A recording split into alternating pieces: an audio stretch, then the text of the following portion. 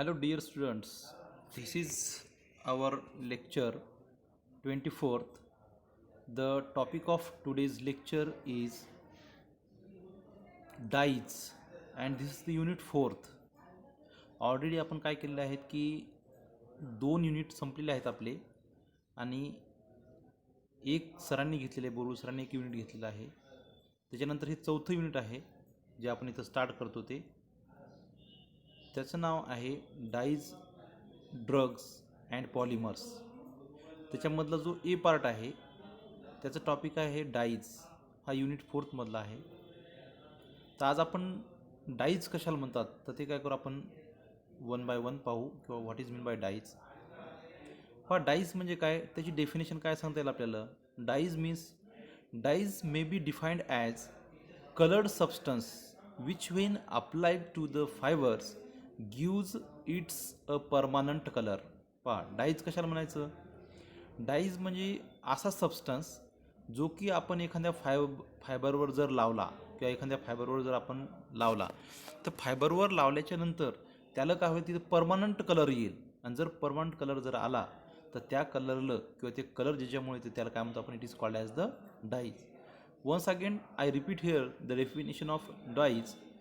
Dye may be defined as colored substance which when applied to the fiber gives its a permanent color. आता एक सोपं example सांगतो तुम्हाला मी. आपण hair colour करतो किंवा हेअर डाय करतो तर तो जो काय डाय आहे, आता पहिल्यांदा कसे असतात, व्हाईट हेअर असतात. त्या व्हाईट हेअरवर आपण काय करतो, ब्लॅक डायज मारतो किंवा ब्लॅक डाय मारतो. मग ही ब्लॅक डाय मारल्याच्या नंतर तो काय होते, ते हेअर्सला परमनंट कलर येऊन जाते. कोणता, ब्लॅक कलर येऊन जाते. मग ही जी काही ब्लॅक कलर आला, हा जो काही परमनंट कलर आला तर याला काय म्हणायचं, it is called as the dyes. Dye may be defined as the coloured substance which when applied to the fibres gives its a permanent colour is called as the dyes. मग हा जो काही colour येतो, हा जो काही colour येतो, black colour असेल, रेड कलर असेल, ऑरेंज कलर असेल, तर हा कलर कशामुळे येतो, तर तो 2 गोष्टीमुळे येत असतो. एक असतो क्रोमोफोर्स, एक काय असतो, क्रोमोफोर्स असतो. तर आता पहिला what is mean bye chromophores पाहू आपण पहिल्यांदा. Presence of chromophore. These are the groups which are responsible for producing color to the dyes because they are capable of absorbing light in the near ultraviolet region. आता पहा काय सांगितलं इथं, these are the groups. आता हे जे काही groups असतात की कलर ज्याच्यामुळं त्या डाईजला काय येतो, आपल्याला कलर येतो किंवा जो काही कलर येतो डाईजला, तर तो कलर कशामुळे येतो, तो कलर येतो क्रोमोफोर्समुळं. मग क्रोमोफोर्स कशाला म्हणतात, these are the groups which are responsible for producing the colour to the dyes because they are capable of absorbing light in the near ultraviolet region. मग याच्यामध्ये त्या डाईजच्या स्ट्रक्चरमध्ये जे काही क्रोमोफोर्स असतात, ते क्रोमोफोर्स काय करतात, लाईटचं ॲब्झॉर्प्शन करतात आणि लाईटचं ॲब्झॉर्प्शन केल्यानंतर तो तिथं काय करतात, आपल्याला तिथं कलर शो करतो. क्रोमोफोर मीन्स काय म्हणतो आपण त्याला, कलर बिअरिंग युनिट्स. क्रोमोफोरला ऑरमध्ये काय नाव देता येईल आपल्याला, colour bearing units. Colour bearing units म्हणजे काय, जो काय कलर त्या डाईजला आणून देतो त्याला म्हणतो आपण कलर बिअरिंग युनिट्स. मग त्याचे कोणते कोणते एक्झाम्पल येतं किंवा क्रोमोफोर्स म्हणून कोण कोण ॲक्ट होतो, तर त्याची एक्झाम्पल जर पाहायचे झाले आपल्याला तर तुम्हाला एक्झाम्पल सांगतो मी कोणते कोणते असतील पाहायचं. NO2, त्याच्यानंतर इथं दिलेलं येतं NO, N double bond N, त्याच्यानंतर CO, त्याच्यानंतर डबल बॉन्ड CS, CN म्हणजे सायनाइड असेल, नायट्रोसो असेल, N2 ग्रुप असेल, CO ग्रुप असेल, CS ग्रुप असेल. तर हे ग्रुप्स काय असतात, तर दीज आर द एक्झाम्पल किंवा हे जे काही सांगितले मी इथं, हे काय तर these are the examples of chromophore. मग एखाद्या डाईजमध्ये जर NO आला असेल तर तो NO म्हणजे काय असतो, तो NO म्हणजे काय असतो, this is called as the chromophores. आणि त्या NOमुळं किंवा N2मुळं किंवा COमुळं किंवा CSमुळं किंवा CNमुळं त्या सबस्टन्सला काय होते, कलर देण्याची प्रॉपर्टी तिथं काय होती, प्राप्त होती किंवा कलर तिथं शो करते. अशा युनिटला काय म्हणतो, this is called as the chromophores म्हणत असतो किंवा त्याला आपण म्हणतो क्रोमोफोर. हा झाला पहिला. आता दुसरा काय सांगितलेलं आहे आपल्याला, प्रेझेन्स ऑफ ऑक्झोक्रोम. आता हे झालं आपलं क्रोमोफोर पहिले पाहिलं आपण. आता what is mean by auxochrome पाहता. पहिल्यांदा ऑक्झोक्रोम म्हणजे काय. Dyes must be attach to the fibre by means of stable chemical bond. मग आता काय होतं, डाईज काय होतात, तर डाईज जे असतात तर त्या फायबरला अटॅच होतात. तर मग फायबरला जर अटॅच व्हायचं असेल तर त्याच्यामध्ये कोणती ना कोणती तरी स्टेबल केमिकल्स बॉन्ड तिथे काय होतं, फॉर्म होतो. मग these bond are form by some acidic or basic group. मग आपल्याला माहिती आहे, जर तिथं बॉन्ड फॉर्मेशन जर व्हायचं असेल तर तिथं काय असेल, एक तर ॲसिडिक ग्रुप बॉन्ड फॉर्मेशन करतील किंवा काय असेल बेसिक ग्रुप काय करतील, तिथं बॉन्ड फॉर्मेशन करतील. Acidic or basic groups, such group are known as auxochrome. मग जे काही groups which is responsible to form the bond between fibre and dyes, म्हणजे डाय आणि फायबर या दोघांमध्ये जे काही बॉन्डिंग तयार करतात, काय करतात दोघांमध्ये, काय करतात बॉन्डिंग तयार करतात. ते बॉन्ड तयार कोण करतं आहे, एक तर ॲसिडिक ग्रुप बॉन्ड फॉर्म करते, नाही तर काय करते बेसिक ग्रुप बॉन्ड फॉर्मेशन करते. मग हे जे काय ॲसिडिक ग्रुप किंवा बेसिक ग्रुप्स असतात ते ग्रुप्स म्हणजे काय म्हणतो आपण, this is non as the ऑक्झोक्रोम. त्याला काय म्हणायचं, दिस is non as the auxochrome. मग आता कोणते कोणते ग्रुप्स ऑक्झोक्रोम्स म्हणून ॲक्ट होतात पहा. ओ एच ग्रुप, त्याला काय ओ एचला काय म्हणतो आपण, alcoholic group. C O H group, alcoholic group. त्याच्यानंतर SO3H ग्रुप, तुम्हाला माहिती आहे सल्फोनिक ग्रुप म्हणतो आपण त्याला, सल्फ्युरिक ॲसिड जो अटॅच असतो, सल्फोनिक ग्रुप असेल. हे झाले, these are the example of acidic group. जर तुम्ही इथं पाहिलं असेल तर ॲसिड ग्रुपचे एक्झाम्पल पहा काय काय दिले इथं. हे पाहिजे मी त्याला गोल करतो. O H group, COOH group, SO3H group, this is called as the acidic group. मग हे ॲसिडिक ग्रुप काय करतात, बॉन्डिंग फॉर्मेशन करतात कोणासोबत, फायबरसोबत आणि त्या डायसोबत. मग तसे बेसिक कोणते कोणते, तर बेसिक आहे NH2 ग्रुप. हे पाहिजे बेसिकचे एक्झाम्पल दिले तर NH2 ग्रुप, NHR, NR2 म्हणजे प्रायमरी अमाईन्स, सेकंडरी अमाईन असेल तर हे काय आहेत, these are the examples of the auxochrome. मग आता तुम्हाला बेसिक डिफरन्स कळाला असेल की ऑक्झोक्रोम म्हणजे काय आणि क्रोमोफोर म्हणजे काय. क्रोमोफोर कशाला म्हणतो आपण, क्रोमोफोर मीन्स जे त्याला त्या डायजला कलर आणून देण्याचं जो काही हे करतात किंवा कलर आणून देण्याचं काम करतात, रिस्पॉन्सिबल असतात कलरला, त्याला काय म्हणतो आपण, it is called as the chromophore. आणि ऑक्झोक्रोम म्हणजे काय म्हणतात, ऑक्झोक्रोम्स कशाला म्हणायचं, ऑक्झोक्रोम्स ज्यावेळेस आपण ती डायज एखाद्या फायबरला किंवा हेअर्सला किंवा ज्याला कशाला आपण ती डाय लावतो, ते लावल्याच्या नंतर काय होते, त्या दोघांमध्ये फायबरमध्ये आणि त्या डायमध्ये काय होती, एक तर ॲसिडिक बॉन्डिंग असते म्हणजे बॉन्डिंग तयार होती. मग ती बॉन्डिंगसाठी रिस्पॉन्सिबल कोण असते, एक तर ॲसिडिक ग्रुप्स असतात किंवा दुसरे कोणते असतात, बेसिक ग्रुप्स असतात. मग हे ॲसिडिक ग्रुपचं एक्झाम्पल आपण सांगितलं तुम्हाला, OH असेल, COH असेल, SO3H असेल. आणि बेसिक ग्रुप सांगितलं तुम्हाला, NH2 असेल, NHR असेल, NR2 असतील. मग हे ॲसिडिक ग्रुप किंवा बेसिक ग्रुप हे जे ग्रुप्स असतात तर याला काय म्हणायचं, दिस इज कॉल्ड ॲज द ऑक्झोक्रोम्स. मग त्या डायमध्ये ऑक्झोक्रोम्स प्लस कोण असतात, क्रोमोफोर्स असतात. आणि हे दोघं मिळून काय करतात, बॉन्डिंग प्लस कलर देण्याचं काम काय करत असतात, ते करत असतात. याला काम तो आपण, this is called as the dyes. आता पहा क्लासिफिकेशन ऑफ डाईज. आता क्लासिफिकेशन ऑफ डाईज पाहू आपण. See here, classification of dyes, there are 7 types of dyes. Classification जे केलेलं आहे तर काय केलेलं आहे की 7 टाईप्समध्ये काय केलं, त्याचं क्लासिफिकेशन केलं आहे. आणि त्याच्यामधलं classification on the basis of structure, पहिलं जे क्लासिफिकेशन पाहतो आपण तर त्याच्या स्ट्रक्चरनुसार केलेलं आहे. मग on the basis of structure म्हणजे काय सांगता येईल आपल्याला, की स्ट्रक्चरवरून कसं केलं असेल, तर स्ट्रक्चरमध्ये त्या स्ट्रक्चरमध्ये कोणते ग्रुप्स आहेत किंवा काय आहे किंवा फंक्शनल ग्रुप कोणता आहे त्याच्यात, किंवा त्याच्यातली बॉन्डिंग कोणती आहे, त्यात ऑक्झोक्रोम कोणता प्रेझेंट आहे, त्यात कोणता क्रोमोफोर्स आहे, या बेसिसवर काय केलेलं आहे की त्याचं आपण काय केलं की on the basis of structure classification काय केलं, डायजचं क्लासिफिकेशन केलेलं आहे. मग 7 प्रकारात आपण केलेलं आहे. तर पहिलं पहा, पहिलं जे आहे क्लासिफिकेशनमधला पहिला पार्ट किंवा पहिलं क्लासिफिकेशन, नॅट्रो अँड नॅट्रोसोडाईज. नॅट्रो अँड नॅट्रोसोडाईज हे बघा पहिलं जे दिलं आहे ते नॅट्रो अँड नॅट्रोसोडाईज. सेकंड टाईप पडलेला आहे त्याचा ॲझोडाईज. थर्ड टाईप पडलेला आहे त्याचा ट्रायफिनाइल मिथेनडाईज. फोर्थ टाईप आहे त्याचा थॅलिनडाईज. फिफ्थ टाईप आहे इंडिगॉइड अँड थायो इंडिगॉइडाईज. इंडिगॉइड अँड थायो इंडिगॉइडाईज. त्याच्यानंतर अँथ्रोक्युनोन आहे. त्याच्यानंतर शेवटचं जर 7 नंबरचं पाहिलं आपण तर मिसेलिनियस डाईज आहे किंवा मिसेलिनियस डाईज आहे. तर एवढ्या 7 फॉर्ममध्ये किंवा एवढ्या 7 प्रकारात काय केलं आपण, त्याचं क्लासिफिकेशन आपल्याला एक दिलेलं आहे बुक्समध्ये, classification on the basis of their structure. आता वन बाय वन काय करू आपण, पहिल्यांदा पाहू नॅट्रो अँड नॅट्रोसोडाईज. सेकंड पाहू आपण ॲझोडाईज, त्याच्यानंतर triphenyl methyl dyes. One by one काय करू आपण, सगळ्या डाईजचा काय करू इथं आपण अभ्यास करू. तर सी हिअर फर्स्टली नॅट्रोडाईज. काय सांगितलं इथं, नॅट्रो अँड नॅट्रोसोडाईज. आता नॅट्रो अँड नॅट्रोसोडाईज आपल्याला जर पाहायचं असेल तर पहा इथं, इथं तुम्हाला एक्झाम्पल दिलं इथं पिक्रिक ॲसिड, त्याच्यानंतर सेकंड काय दिलं आपल्याला, नॅपथॉल येल्लो यस, मार्टियस येल्लो, त्याच्यानंतर नॅपथॉल ग्रीन वाय. आता हे जे काय दिलं इथं, तर these are the example of nitro and nitroso dyes. These are the example of nitro and nitroso dyes. आता नॅट्रो अँड नॅट्रोसोडाईजचे एक्झाम्पल येते.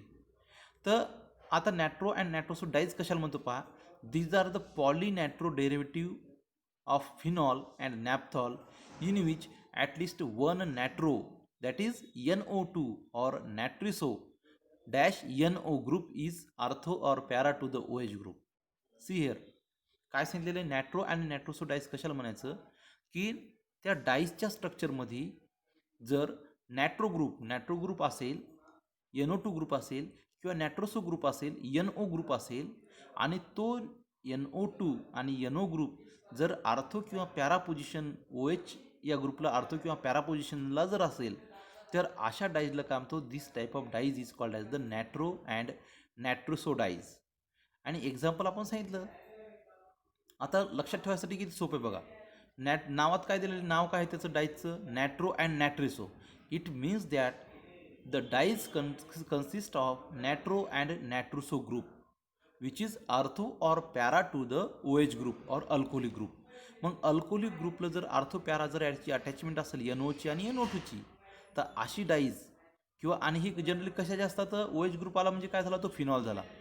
म्हणजे याचा अर्थ तो it is the derivative of the phenol and naphthols. आणि तुम्ही वरती जर स्ट्रक्चर पाहिले असेल, Martius yellow, naphthol yellow S, picric acid, ते हे पहा एक्झाम्पल कशाचे, हे फिनॉलचे एक्झाम्पल येतं, नॅपथॉलचे एक्झाम्पल येतं. फिनॉल कशाला म्हणतो आपण, बेंझिन रिंगला जर OH ग्रुप अटॅच असला तर त्याला म्हणतो आपण फिनॉल. नॅपथॉल कशाला म्हणतो, जर दोन बेंझिन रिंग एकूण अटॅच असल्या त्याला म्हणतो आपण नॅपथॉल. मग नॅपथॉल असून OH ग्रुप त्याला काय पाहिजेत, आपल्याला अटॅच पाहिजेत. मग असं जर असेल तर these are called as the nitro and nitroso dyes. And this is the example जे आपण मी सांगितलं, पिक्रिक ॲसिड, हे पिक्रिक ॲसिड, ते तर naphthol yellow S, this is naphthol yellow S, Martius yellow, this is Martius yellow, and naphthol green Y, these are the example of nitro and nitroso dyes. आणि या चारही स्ट्रक्चरमध्ये पहा, तुम्हाला OH group सगळ्यात दिसेल, त्याच्यानंतर तुम्हाला NO2 ग्रुप दिसेल, आणि NO2 दिसेल आणि NO ग्रुपसुद्धा काय करेल याच्यात तुम्हाला तिथे दिसेल. त्याच्यामुळेच आपण याला काय म्हणतो, this is called as the nitro and nitroso dyes. See here the second dyes or second type is azo dyes. आता तुम्हाला लक्षात आलं असेल की त्याच्या नावानंच काय केलं आपण, तिथं काय दिलं त्याचं क्लासिफिकेशन केलेलं आहे. ॲझोडाईज कशाला म्हणायचं, these contain one or more azo. Azo means दोन nitrogen, N double bond N. असं जर असेल त्याला, त्या ग्रुपला काय म्हणतो आपण, ॲझो ग्रुप म्हणत असतो. Azo means to nitrogen, N2. मग असा ग्रुप जर असेल, ॲझो ग्रुप जर असेल, तर these contain one or more azo N double bond N groups are chromophore. These dyes possess a wide range of the color ranging from yellow to orange and red. Example, methyl orange, Congo reds and para reds. These are the example of ॲझोडाईज. ॲझोडाईज कशाला म्हणतो आपण, ॲझोडाईज म्हणजे काय करायचं लक्षात ठेवायसाठी, ज्या डाईजमध्ये काय असतो, ॲझो ग्रुप असतो. मग ॲझो ग्रुप कोणता असतो आपला माहिती आहे, N डबल बॉन्ड N, N2चा ग्रुप जर आला डाईजमध्ये, डाईजच्या स्ट्रक्चरमध्ये, तर समजायचं की हा कोणता आहे, ॲझोडाईज आहे. आता तुम्हाला मी इथे एक स्ट्रक्चर दाखवले, पहिलं स्ट्रक्चर पहा. मी तुम्हाला तिथे काय करतो की ते बॉन्डिंग जे आहे ॲझोडाईजचं किंवा ॲझोडाईजचं काय करतो मी इथं तुम्हाला इथं याच्यामध्ये दाखवलं, राऊंड करून दिसलं, N डबल बॉन्ड N आहे, N2 किंवा ॲझो ग्रुप आहे. It means that this is the example of azo dyes. हे काय आहे की ॲझोडाईजचं काय आहे, एक्झाम्पल आहे. आणि मग त्याचे एक्झाम्पल, ॲझोडाईजचं एक्झाम्पल म्हणजे कोणतं, की ज्या डाईजमध्ये N double bond N group असतो त्याला म्हणायचं ॲझो ग्रुप्स, आणि ज्या स्ट्रक्चरमध्ये ॲझो ग्रुप असला की त्याला म्हणायचं ॲझोडाईज म्हणायचं. मग हा ॲझोडाईज काय करतो की आपण सांगितलं N2 काय, क्रोमोफोर आहे, तो क्रोमोफोर आहे. क्रोमोफोरला काय म्हणलेलं आपण, chromophore is called as the colour bearing units किंवा कलर बेरिंग सबस्टन्स म्हणतो आपण त्याला, कलर बेरिंग सबस्टन्स आहे तो. मग आता colour ranging from yellow to orange and red. For example methyl orange. आता पहा ॲझोडाईजचे एक्झाम्पल कोणते आहेत, मग मिथिल ऑरेंज, हे पहा इथं मिथिल ऑरेंज. त्याच्यानंतर Congo red and para red. Methyl orange, Congo red and para red, these are the example of azo dyes, की ज्या डाईमध्ये ॲझो ग्रुप असतो किंवा ॲझो ग्रुप असतो. ॲझो ग्रुप कोणता असतो? एन डबल बॉन्ड एन टूला काय म्हणतो आपण? ॲझो ग्रुप्स म्हणत असतो. आलं लक्षात? तर हा झाला आपला सेकंड टाईप किंवा सेकंड ग्रुप. देन आता जे वरचं एक्झाम्पल पाहिलं मिथिल ऑरेंज एक्झाम्पल, कशाचं मिथिल ऑरेंज एक्झाम्पल आहे? मिथिल ऑरेंज एक्झाम्पल आहे ॲझोडाईजचं. सी हिअर, फर्स्ट ए पाहता मिथिल ऑरेंज डाय पाहू आपण आता आणि त्याचं प्रिपरेशन पाहू. मिथिल ऑरेंज, मिथिल ऑरेंज काय आहे? What is methyl orange? It is an azo dyes containing one azo group. It contains sulphonic acid.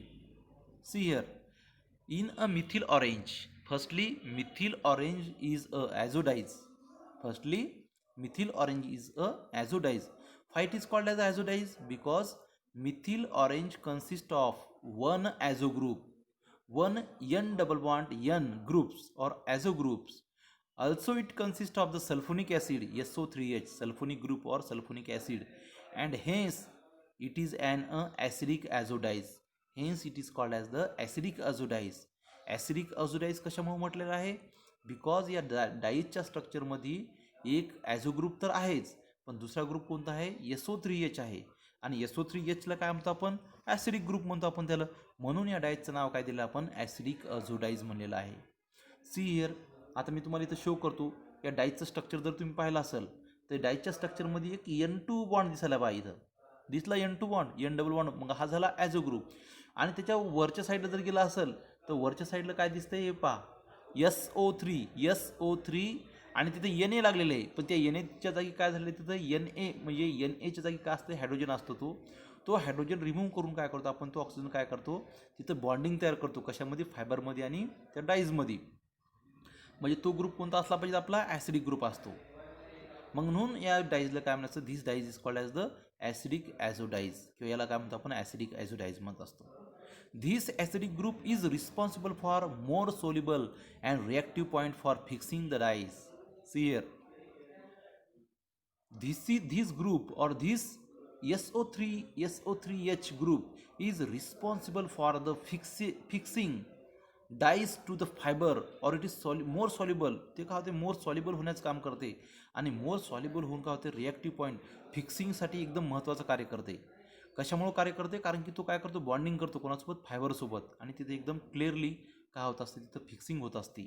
आणि तो SO3H ग्रुप काय करतो? तो त्याचं काम करत असतो. कशाचं? फिक्सिंगचं काम करत असतो. This acidic SO3 group act as a auxochrome. आता पहा, इथं ऑक्झोक्रोम म्हणून अटॅच झाला. See here, what is the difference between chromophore and auxochrome? Chromophore काय करते? कलर आणून देण्याचं काम करते डाईजला. तर ऑक्झोक्रोमचं काम काय आहे?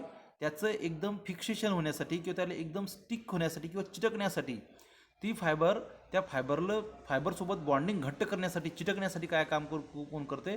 हा ॲसिडिक ग्रुप किंवा बेसिक ग्रुप्स काय करत असतात? काम करत असतात. त्याला काय म्हणतो आपण? It is called as the auxochromes म्हणत असतो. Methyl orange is dimethyl amino azobenzene sulphonic acid.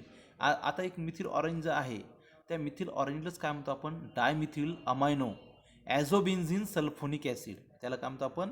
Dimethyl amino azobenzene sulphonic acid. आणि त्याचं प्रिपरेशन आपल्याला कसं पाहायचं असेल तर आपल्याला खालच्या स्लाईडमध्ये आपल्याला पाहता येईल.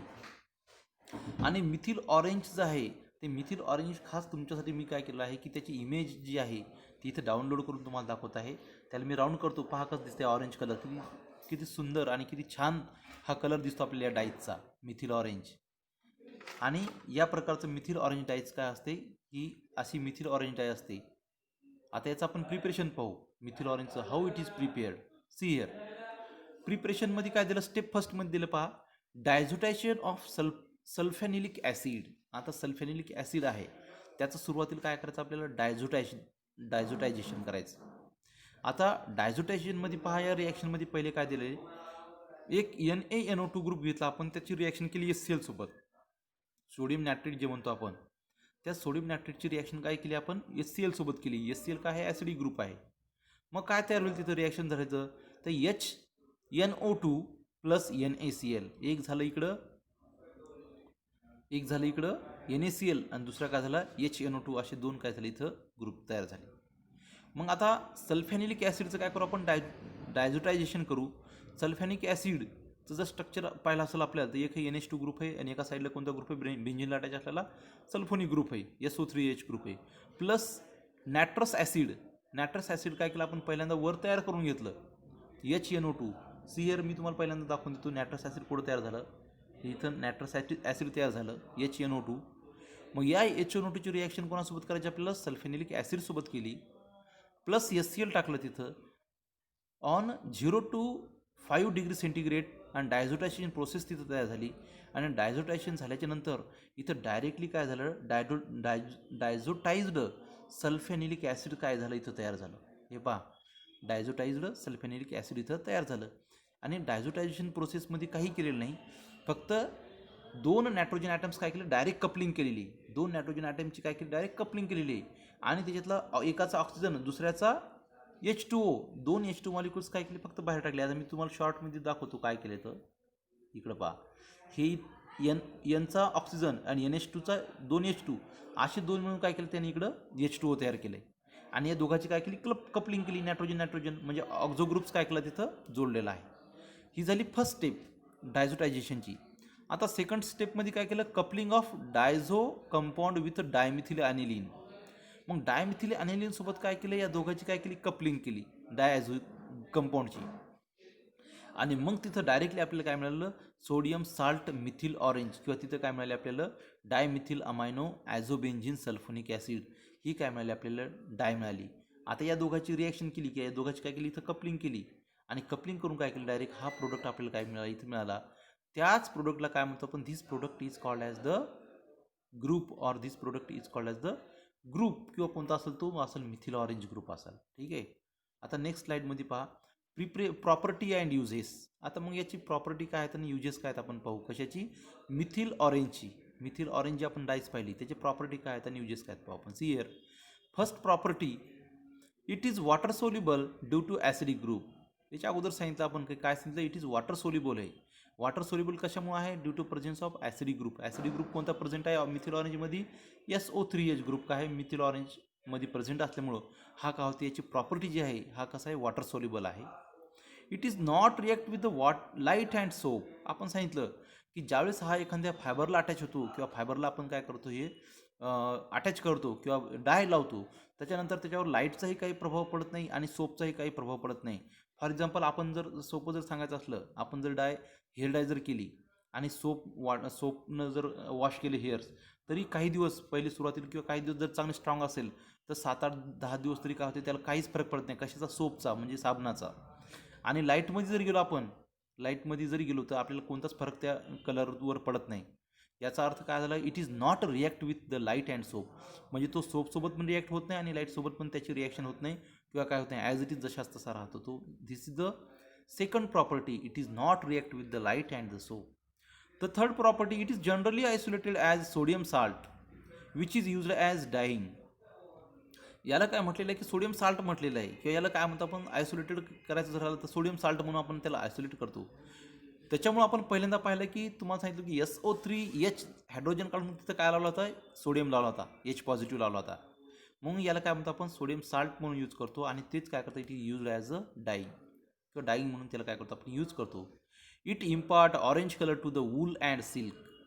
आता ऊल असेल किंवा सिल्क असेल, या सिल्कला किंवा ऊललं किंवा या कपड्याला, या सिल्कचे कपडे असतील, वूलचे कपडे असतील, यायला मेनली याचा यूज काय आहे, ऑरेंज कलर जर द्यायचा असेल, ऑरेंज कलरचं कोणी जर शर्ट घालत असेल सिल्कचं, किंवा ऊलचं जर कोणी वापरत असेल ऊल ऑरेंज कलरचा, तर त्या ऊललं किंवा सिल्क कलर कशाने दिलेला असेल, तर ते आपण आज जो शिकलेला आहे मिथिल ऑरेंज डायज. तर ही मिथिल ऑरेंज डायज डाय केलेली काय केली असते, त्या ऊलला किंवा सिल्कला काय केली असते, लावलेली असती. आणि म्हणून त्याला कलर जो येतो, तर त्या मिथिल ऑरेंज डायजमुळे त्याला काय येतो, ऑरेंज कलर येतो. It is used as the indicator to acid base titration. Acid based जे काय ट्रायट्रेशन करतो आपण, आपल्याला माहिती आहे लॅबोरेटरीमध्ये आपल्याला, तुम्ही फर्स्ट इयरला असतात त्यावेळेस ट्रायट्रेशन असतात, किंवा 12वीला ज्यावेळेस आपण शिकतो त्यावेळेस काय करतो, ट्रायट्रेशन करता वेळेस समजा एखादा ॲसिड बेस ट्रायट्रेशन असेल, ॲसिड जर आपण HCl घेतला असेल आणि NaOH जर बेस आपण ब्युरेटमध्ये घेतला असेल आणि ॲसिड घेतला असेल, तर त्यावेळेस काय करतो आपण आपले सर सांगतात तुम्हाला, अरे त्याच्यात इंडिकेटर ॲड करा.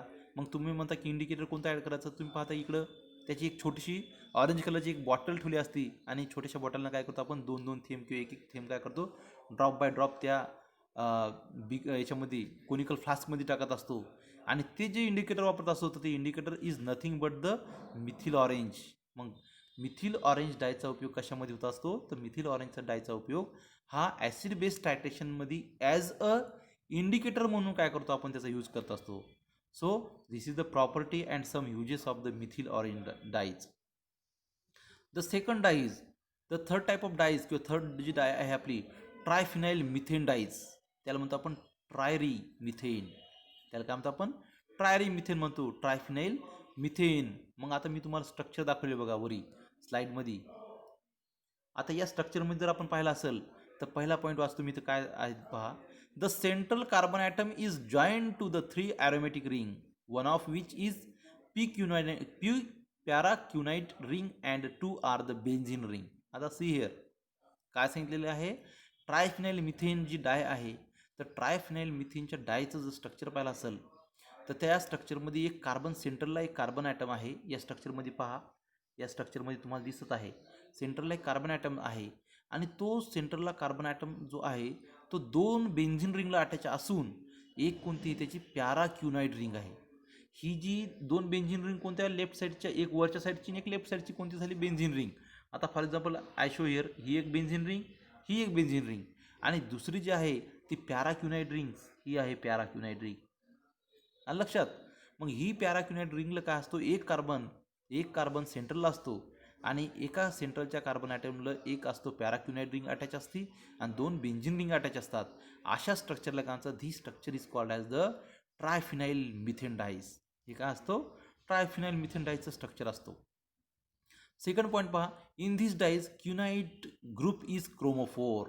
In this dyes quinoid group is chromophore किंवा क्युनाइट ग्रुप काय केलेला आहे क्रोमोफोर म्हणून यूज केलेला आहे. पहा इथं सेकंडचा पॉईंट मी इथं राईट करतो त्याला.